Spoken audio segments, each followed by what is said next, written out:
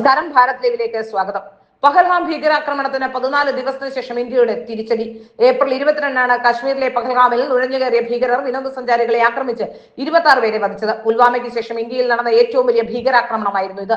പാക് ഭീകര സംഘടനയായ ലഷ്കർ-ഇ-തോയ്ബയുമായി ബന്ധമുള്ള ദ റെസിഡന്റ് ഫ്രണ്ട് ആക്രമണത്തിന്റെ ഉത്തരവാദിത്തം ഏറ്റെടുക്കുകയും ചെയ്തു. തിരിച്ചടിക്കുമെന്ന് ഇന്ത്യ വ്യക്തമാക്കിയിരുന്നു. ജെയ്ഷെ മുഹമ്മദിന്റെ തലവൻ മസൂദ് അസറിന് ആക്രമണത്തിൽ ജീവഹാനി സംഭവിക്കാനുള്ള സാധ്യതയും വിലയിരുത്തപ്പെടുന്നു. അസറിന്റെ താമസ സ്ഥലം കേന്ദ്രീകരിച്ചായിരുന്നു ഇന്ത്യയുടെ ആക്രമണം. അതേസമയം ബഹാവൽപൂർ, മുസാഫർബാദ്, കോട്ട്ലി, മുറിഡ്കെ തുടങ്ങിയ സ്ഥലങ്ങളിലാണ് ആക്രമണമുണ്ടായതെന്ന് പാകിസ്ഥാൻ സൈന്യത്തിന്റെ inter services public relations DG lieutenant general Ahmed Sharif Chaudhry പറഞ്ഞു. ഭീകര സംഘടനയായ ലഷ്കർ-ഇ-തോയ്ബയുടെ ആസ്ഥാനമാണ് മുറിഡ്കെ. മസൂദ് അസറിന്റെ നേതൃത്വത്തിലുള്ള ഭീകര സംഘടനയായ ജെയ്ഷെ മുഹമ്മദിന്റെ കേന്ദ്രമാണ് പാക് പഞ്ചാബ് പ്രവിശ്യയിലെ ബഹാവൽപൂർ. പഹൽഗാം ഭീകരാക്രമണത്തിൽ ഇന്ത്യ തിരിച്ചടിച്ചതോടെ പാക് പഞ്ചാബിലെ ബഹാവൽപൂരിൽ നിന്ന് ജനങ്ങളെ ഒഴിപ്പിച്ചു തുടങ്ങി പാകിസ്ഥാൻ. പള്ളികളും മദ്രസകളും ഒഴിപ്പിച്ചു. ബഹാവൽപൂരിലെ അഞ്ചിടങ്ങളിൽ ഇന്ത്യ തിരിച്ചടിച്ചതായി പാകിസ്ഥാൻ സ്ഥിരീകരിച്ചു. ഓപ്പറേഷൻ സിന്ദൂറിനെ തുടർന്ന് പാകിസ്ഥാൻ സുരക്ഷാ സമിതി യോഗം വിളിച്ചു. പാക് പഞ്ചാബിൽ അടിയന്തരാവസ്ഥ പ്രഖ്യാപിച്ചു.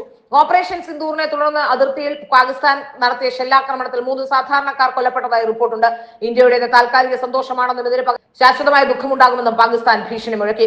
ഓപ്പറേഷൻ സിന്ദൂർ എന്ന് പേരിട്ട ദൗത്യത്തിന്റെ ഭാഗമായി ബുധനാഴ്ച പുലർച്ചെയോടെയാണ് പാകിസ്ഥാനിലെയും പാക് അധിനിവേശ കശ്മീരിലെയും തീവ്രവാദി ക്യാമ്പുകൾ ഇന്ത്യൻ സൈന്യം ആക്രമിച്ചത്. 9 കേന്ദ്രം ആക്രമിച്ചതായി കേന്ദ്ര ആഭ്യന്തര മന്ത്രാലയം വാർത്താക്കുറിപ്പിൽ അറിയിച്ചു. ഭീകരരുടെ ഒളിത്താവളങ്ങൾ കേന്ദ്രീകരിച്ചാണ് ഇപ്പോഴത്തെ ഓപ്പറേഷൻ. പാകിസ്ഥാൻ സൈനിക കേന്ദ്രങ്ങൾ ആക്രമിച്ചിട്ടില്ലെന്ന വാർത്താക്കുറിപ്പിൽ പറഞ്ഞു. നീതി നടപ്പാക്കുന്നതായി ഇന്ത്യൻ സമൂഹ മാധ്യമങ്ങളോട് അറിയിച്ചു. മൗലാന മസൂദ് അസറിന്റെ കേന്ദ്രങ്ങളാണ് തകർത്തത്.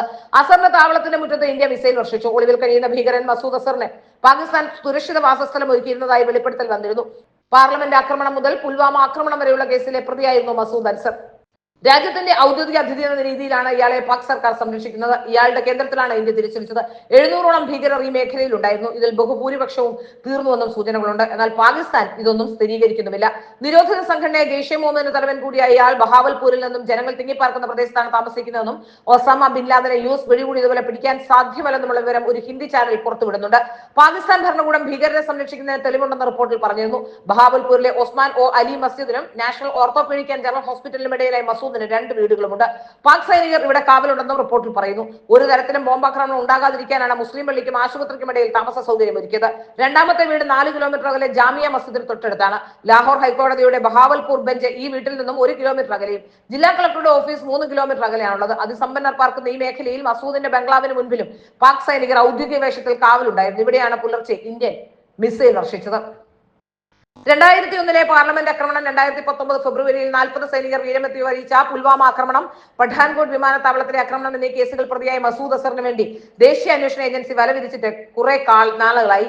1999 ഇന്ത്യൻ എയർലൈൻസ് വിമാനം കണ്ടഹാറിലേക്ക് തട്ടിക്കൊണ്ടുപോയ സംഭവത്തെ തുടർന്ന് ഇന്ത്യ ജയിലിൽ നിന്ന് വിട്ടയച്ച 3 ഭീകരിൽ ഒരാളാണ് മസൂദ് അസർ. പിന്നീട് പാകിസ്ഥാനിൽ ജെയ്ഷെ മുഹമ്മദ് എന്ന പേരിൽ പുതിയ ഭീകര സംഘടന ഇയാൾ ആരംഭിക്കുകയായിരുന്നു.